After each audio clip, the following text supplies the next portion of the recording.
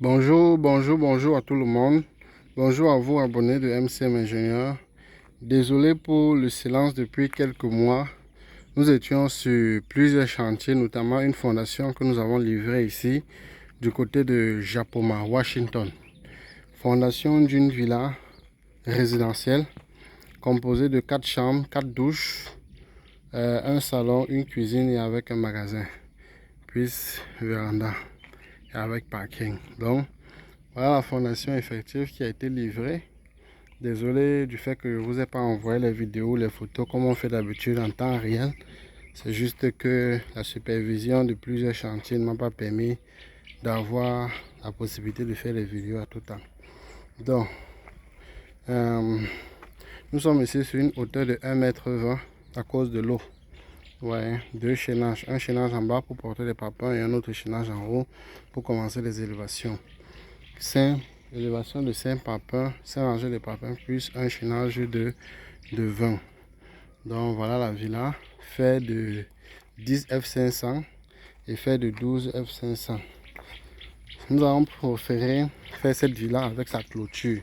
Comme vous voyez, voici le mur de la maison et voilà le mur de la barrière qui n'est pas encore, la fondation de la barrière n'est pas encore achevée. Puisqu'on aura levé ici la 3 rangées avec chaînage. Pour finir avec la barrière et commencer les élévations. Donc voilà la fondation qui a été livrée au niveau de Washington. Sol marécageux. Vous voyez comment en bas on a mis des caisses et on a bétonné.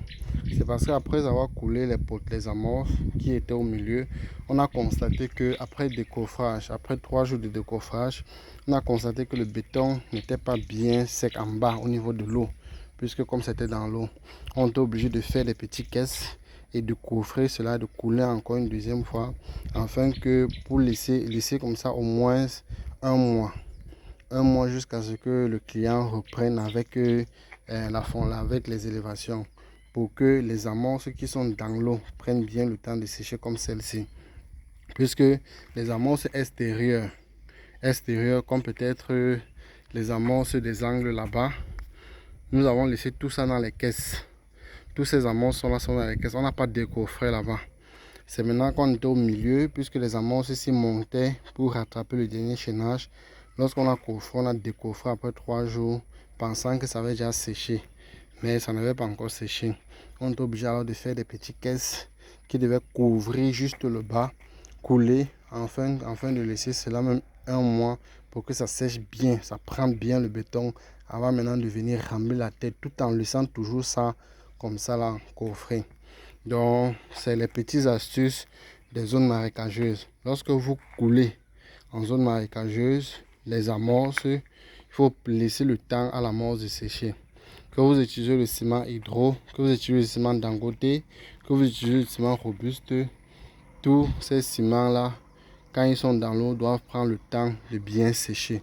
Et c'est la difficulté que nous avons rencontrée durant cette fondation.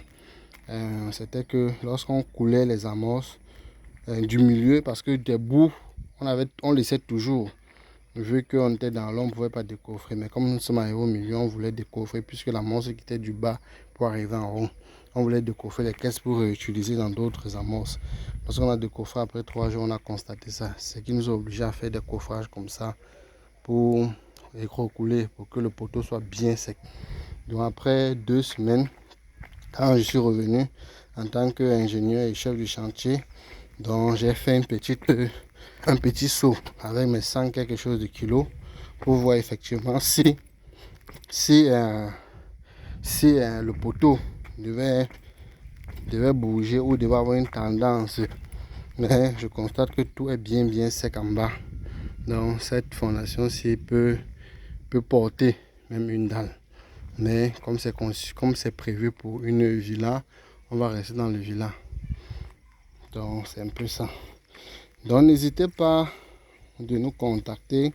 MCM Ingénieur. Nous sommes situés à Japoma au niveau du carrefour Tekam. Nos nouveaux bureaux sont situés à Japoma au niveau du carrefour Tekam. N'hésitez pas de nous contacter pour le conseil, la conception et la réalisation de vos projets.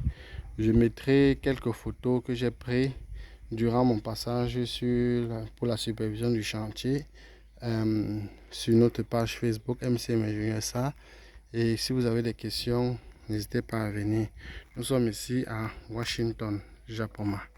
Merci à vous et agréable journée.